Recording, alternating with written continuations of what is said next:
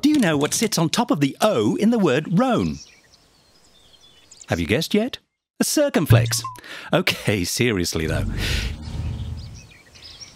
Do you know what lies on either side of the Rhône River?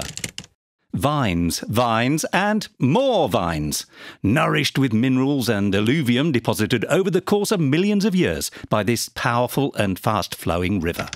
Would you rather a guided tour by boat or by car? Fasten your seatbelts and hold on tight, as we'll be roaming through no less than 415 different towns, 6 departments and 3 regions on either side of this river, which forms the backbone of the Rhône Valley. Let me offer you the chance to explore France's second largest AOC wine region thanks to an aerial guided tour. 70,000 hectares of vines and an endless palette of multicoloured wines which are amongst the finest in the world. Let's meet up in Vienne for a tour of the Rhône Valley's wine region, where the wine route is a long river of red, white and rosé. But isn't the source of the Rhône River in Switzerland? You're quite right, but our terroir begins in Vienne. The northern part of it stretches from Vienne to Valence, and the southern part from Valence to Avignon, and from Nîmes to Pertuis, with the 45th parallel right there between the two. This contrast results in a richly varied and truly unforgettable experience for wine lovers. Is it true that there are hundreds of amphoras lying at the bottom of the Rhône River? Yes, it is.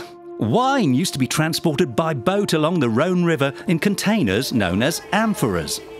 The river was an opportunity for trade if ever there was one. Boats were in fact the primary means of transport for goods during the era. The region's wines belonged to the Kingdom of France and were highly sought after.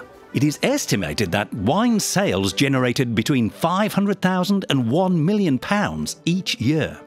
Isn't all of this in the past, though? Not necessarily. In the same way that Roman monuments are still visited today, so are the Rhône Valley's vineyards.